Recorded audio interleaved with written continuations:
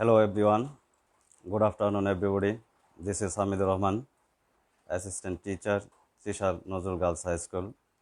Welcome to Trishal Online School. Dear students, how are you?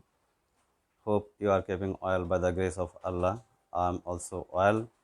Thanks to our respected education officer, Trishal Upazila. Special thanks to our respected academic supervisor, Trishal Upazila. I am really grateful to our head sir and headmistress, Trishal Nozul Girls High School. Dear students, you know, we are staying at home for COVID-19. 19. In the past, if we look back, the world faced many kinds of calamities, but COVID-19 has broken all the record of the past. No problem, Allah is with us. We hope we will resume our life very soon. Dear students,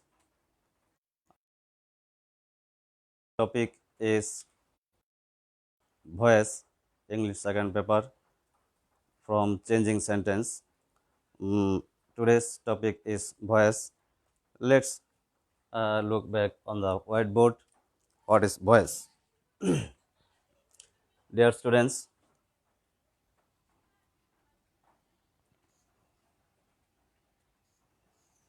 I accepted your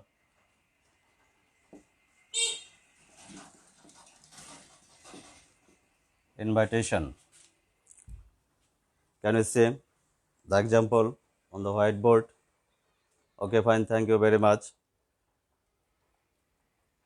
The sentence is, I accepted your invitation. I accepted your invitation. আমি তোমার নিমন্ত্রণ গ্রহণ করেছি। আমি তোমার নিমন্ত্রণ গ্রহণ করেছি। If you look the sentence, active or passive, take a final decision. Active or passive. If active, the subject will be active, and if the sentence is passive, subject will be passive. অর্থাৎ যদি বাক্যটা active ভয়েসের হয় তাহলে subject সক্রিয় থাকবে, আর যদি passive ভয়েসের হয় তবে সাবজেক্টটা নিষ্ক্রিয় থাকবে। আমরা যদি একটু অর্থ দেখি এটার, আই অ্যাকসেপ্টেড ইউর ইনভিটেশন, আমি তোমার নিমন্ত্রণ গ্রহণ করেছি, তাহলে ইজিলি আমরা বুঝতে পারছি যে সাবজেক্টটা সক্রিয়। সো বাক্যটা হলো অ্যাক্টিভ ভয়েসের। আর যদি সাবজেক্টটা নিষ্ক্রিয় হয় তাহলে বাক্যটা প্যাসিভ ভয়েস হবে।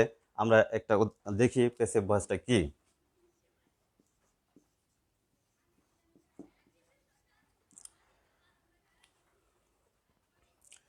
যদি আমরা এই বাক্যটাকে প্যাসিভ করতে চাই তাহলে কি করতে হবে? This is the main point.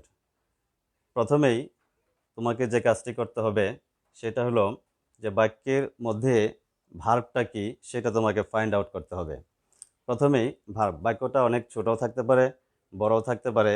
আমি একটা ছোট বাক্য লিখেছি। যদি বাক্যটার মধ্যে তুমি ভার্ব আইডেন্টিফাই করতে পারো, that will be very easy for you. Dear students, this is subject, this is verb, accepted. You know, there are three forms of verb. They are past, present and past participle. Past, present and past participle. This is the past form. You know that very well. So the sentence is past indefinite. The sentence is past indefinite. যদি তুমি active থেকে passive করতে চাও তাহলে তোমাকে কিছু জিনিস, তোমাকে কিছু আইটেমস তোমাকে জানতে হবে। যে টেন্স জানতে হবে, টেন্স জানতে হবে, সাবজেক্ট কি চিনতে হবে, number, person, subject, verb, object.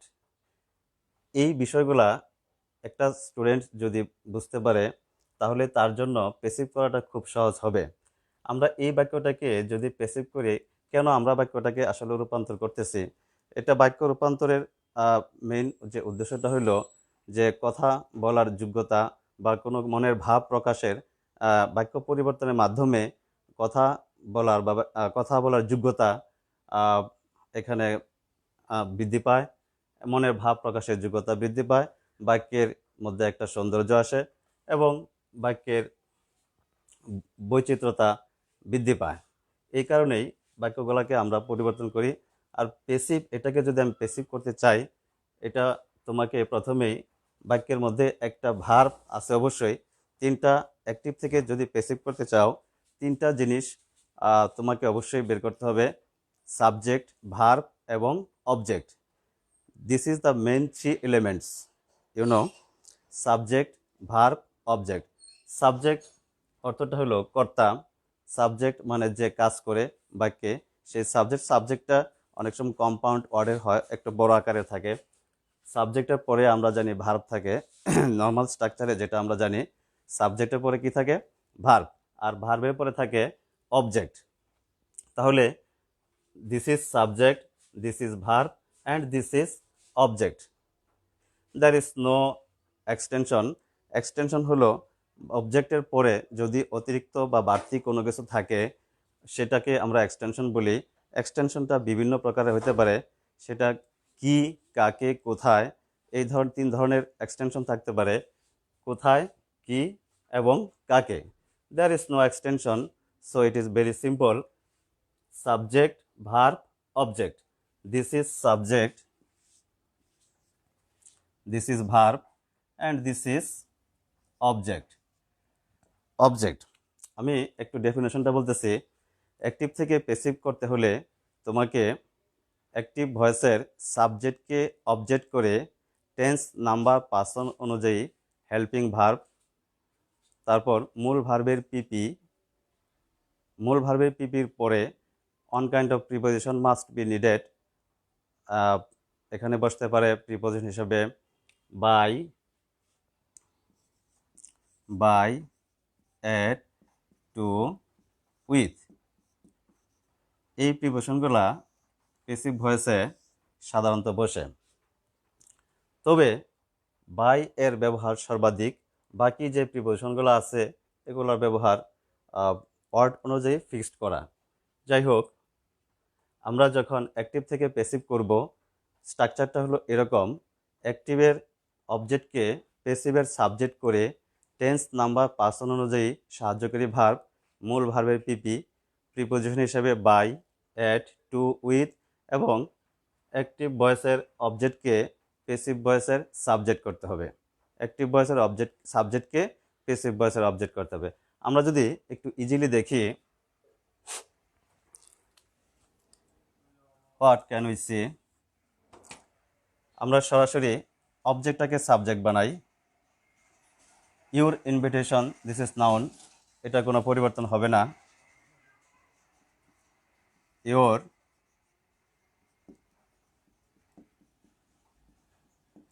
Invitation, subject হয়ে যাবে object. This is pronoun, so এটা চেঞ্জ হবে। আর যে অবজেক্টটা সেটা হলো you know very well, me. Verb of past participle, accepted, the past participle same, accepted,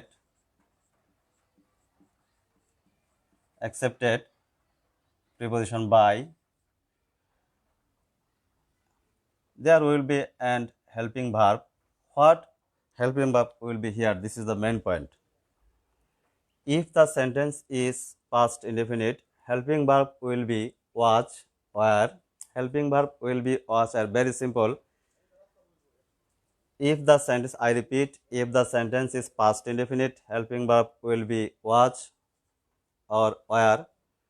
If the sentence is past continuous, the helping verb will be was being, were being. If the sentence is present indefinite, helping verb will be am, is, are. If the sentence is present continuous, helping verb will be am being, is being, are being. If the sentence is present perfect, helping verb will be have been, has been. Okay, fine. Now I need a helping verb.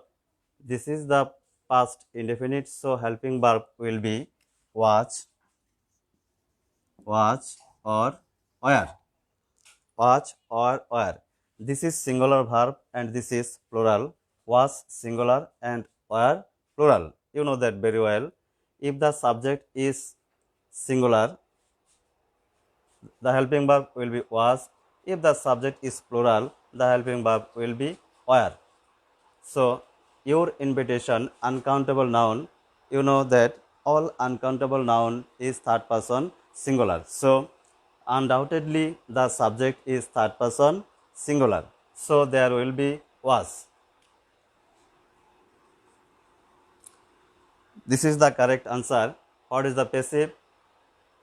Your invitation was accepted by me. অ্যাক্টিভের অর্থটা যদি আমি একটু clear করি, I accepted your invitation, আমি তোমার নিমন্ত্রণ গ্রহণ করেছিলাম।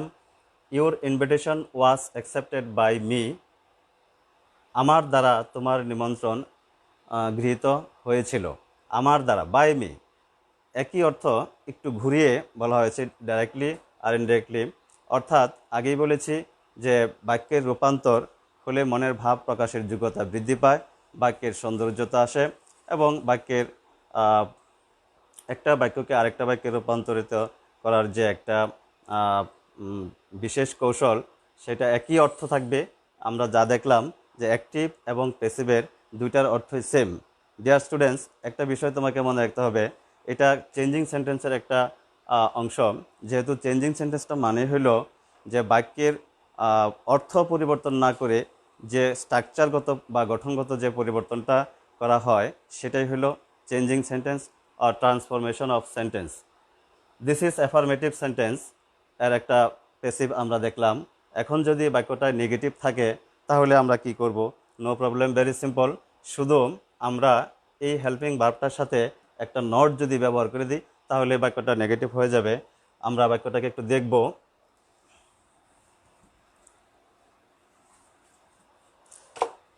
Dear students, I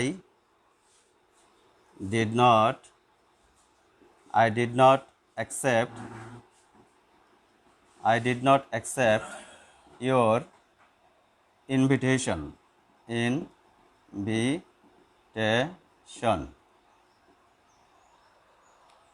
Dear students, this is also past indefinite. The sentence is negative. The previous sentence was affirmative, and this is also past indefinite, but it is negative. আমি তোমার নিমন্ত্রণ গ্রহণ করেছিলাম না। Same rules. যদি এটাকে আমরা passive করি, this is verb and this is object, this is subject. First indefinite structure, you know that very well. What is the structure of past indefinite? Subject, did not, verb base form, and object or extension maybe. So this is the bright example of negative sentence. So what is the passive form? Subject ke amra subject banai, your invitation,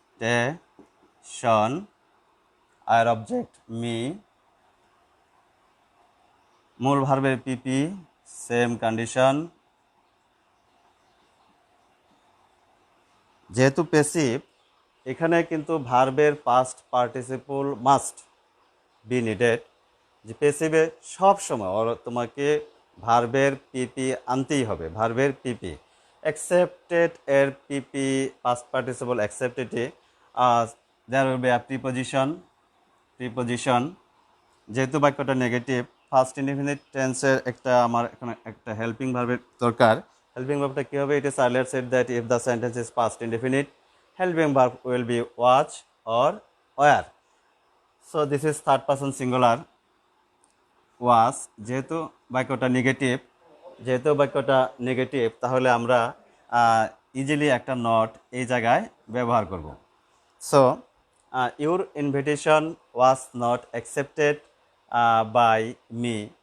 আমার দ্বারা তোমার নিমন্ত্রণ গৃহীত হইল না। আচ্ছা, তাহলে subject অ্যাক্টিভের এবং প্যাসিভের যে অর্থটা অর্থটা কিন্তু আমরা দেখলাম সেম, অর্থাৎ কোনো পরিবর্তন নাই, বাক্যের গঠনগত একটা পরিবর্তন আসছে। দুইটা জিনিস এখানে আমরা সবসময় দেখতেছি যে দুইটা জিনিস খুব বেশি আসতেছে, সেটা হলো একটা হেল্পিং ভার্ব আরেকটা হলো প্রিপোজিশন। একটা হেল্পিং ভার্ব আরেকটা প্রিপোজিশন। আবার এটাকে যদি আমরা অ্যাক্টিভ ভয়েস করতে চাই, এই প্যাসিভটাকে যদি আমরা অ্যাক্টিভ ভয়েস করতে চাই, তাহলে সেই একই role,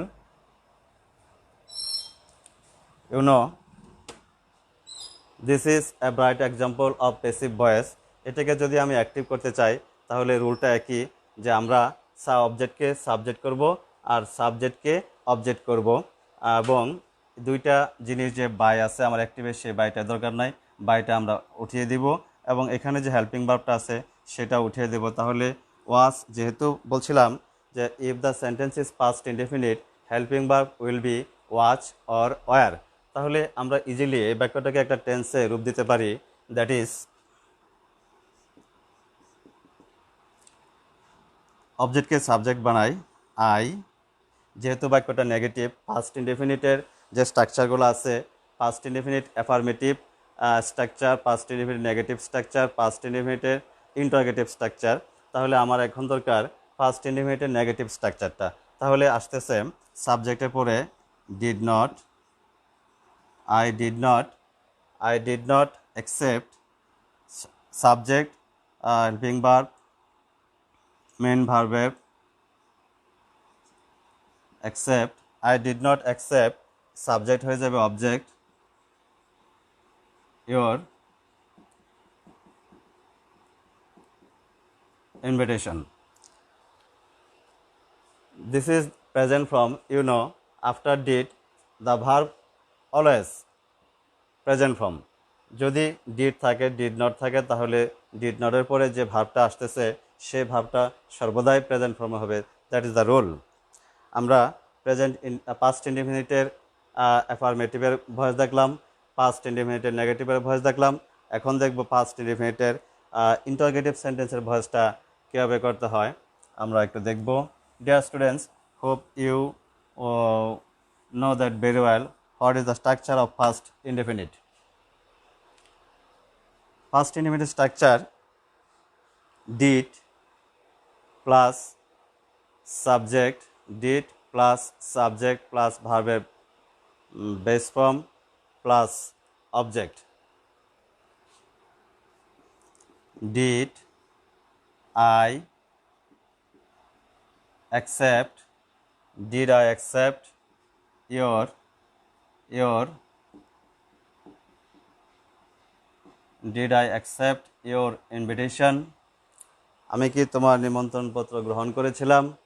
This is the bright example of past indefinite, and that is interrogative. If the sentence is interrogative, যদি বাক্যটা প্রশ্নবোধক হয়, তাহলে আমরা এটাকে কিভাবে প্যাসিভ করব আমরা একটু দেখে নেই। ডিয়ার স্টুডেন্টস, প্রথমেই বাক্যটাকে আমাদের অ্যাসার্টিভ করতে হবে। অ্যাসার্টিভ যদি করি, তাহলে what is the structure? At first subject did উঠে যাবে, এবং ডিড উঠে মূল ভার্বের পাস্ট ফর্ম হয়ে যাবে।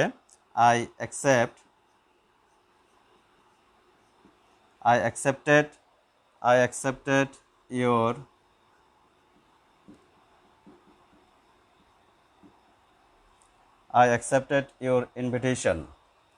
This is assertive sentence. এখন এই অ্যাসার্টিভটাকে আমরা পুরোর মতোই প্যাসিভ করব। যদি এটাকে প্যাসিভ করি, তাহলে কি দাঁড়াচ্ছে? সাবজেক্টকে অবজেক্ট, অবজেক্টকে সাবজেক্ট, মূল ভার্বের পিপি। ইউর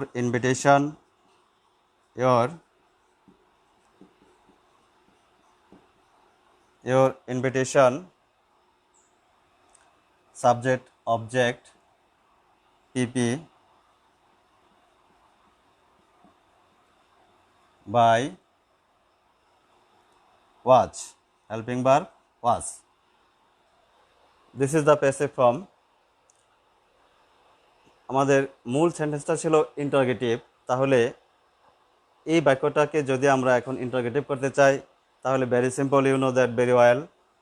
হেল্পিং ভার্বটাকে আমরা এটা যদি শুরুতেই করি, বসাই দেই, তাহলেই ইন্টারোগেটিভ হয়ে যাবে। আর যা আছে, the remain elements will be unchanged. Watch your invitation watch your invitation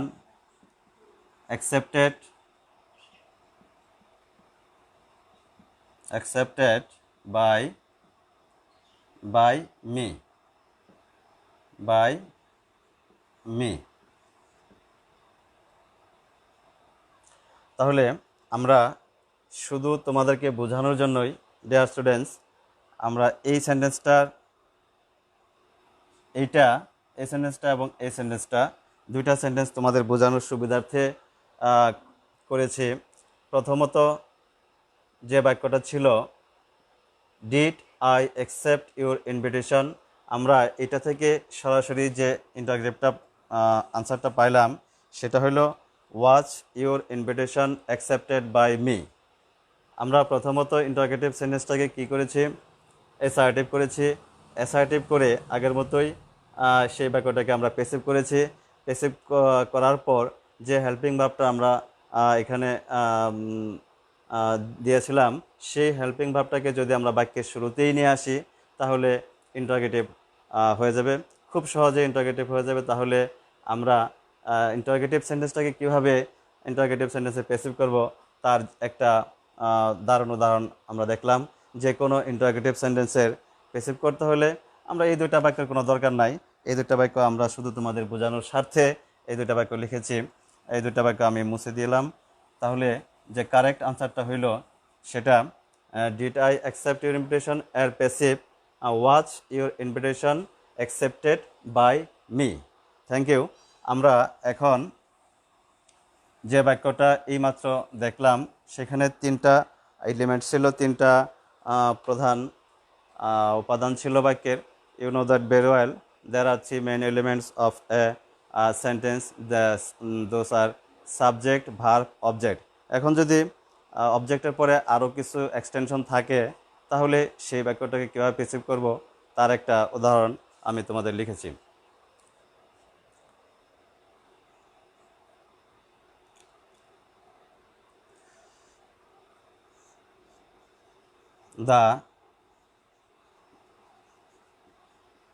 The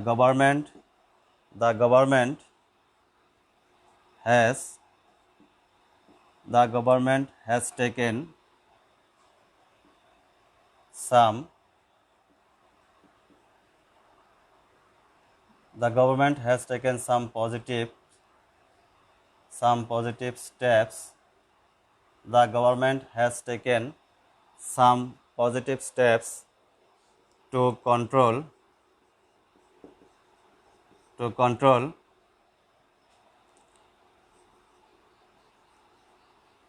coronavirus.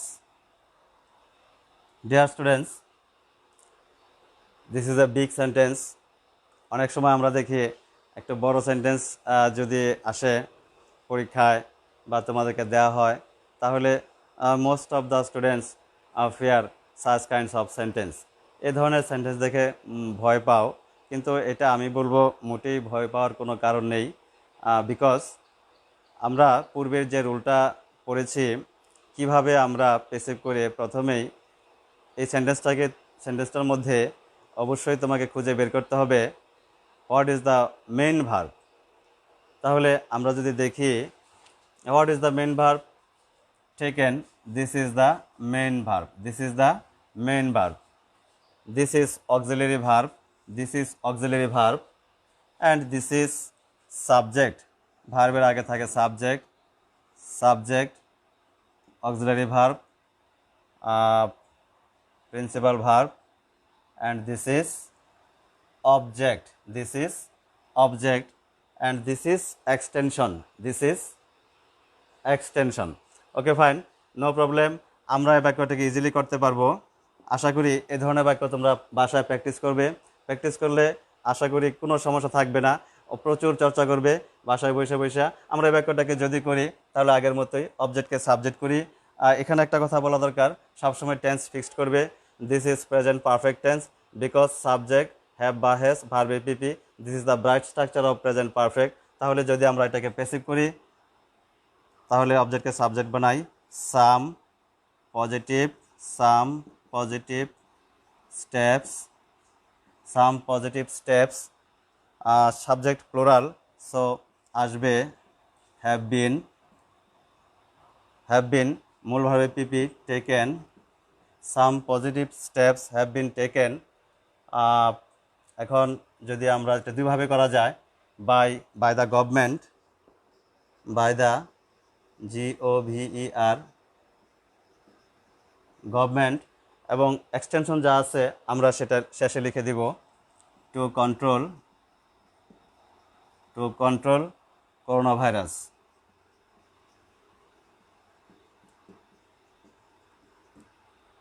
এটাকে আমি যদি এই বাই এখানে না লিখে যদি আমরা লিখতাম, বাকি এক্সটেনশনটা যা আছে মূল ভার্বে পিপির পরে to control corona virus by the government যদি আমরা শেষে লিখতাম তাহলে হয়তো নো প্রবলেম, এই দুভাবেই করা যায়। তাহলে বড় বাক্যকে কিভাবে বড় বাক্যগুলোকে কীভাবে পেসিভ করব এবং ছোট বাক্যগুলো তো কীভাবে পেসিভ করবো যা দেখলাম আমরা, ভেরি সিম্পল, কোনো সমস্যা নেই। এই ধরনের বাক্য বাসায় প্র্যাকটিস করবে এবং রুলসগুলো যদি একটু মেনটেন করে কাজ করে, আশা করি তোমাদের ভয়েসে পূর্ণ নাম্বার পাবে। তবে একটা কথা সবসময় মনে রাখবে, practice makes a man perfect. সবসময় বাসায় এই ধরনের প্যাসিভ, অ্যাক্টিভ থেকে প্যাসিভ এবং প্যাসিভ থেকে অ্যাক্টিভ করার জন্য চেষ্টা করবে এবং কিছু রুলস অবশ্যই মেনটেন করতে হবে। টেন্স, নাম্বার, পারসন, ভার্বের ফর্ম, সাবজেক্ট, অবজেক্ট এবং অনেক সময় অ্যাডভার্বও থাকে বাক্যের মধ্যে, সেগুলোর সঠিক ব্যবহার যদি আমরা জানি তাহলে এই ভয়েসে একটা ভালো রেজাল্ট করবো আশা করি ইনশাল্লাহ। Thank you very much dear students, আবার দেখা হবে। তো তোমরা ভালো থেকো। আসসালামু আলাইকুম, থ্যাংক ইউ।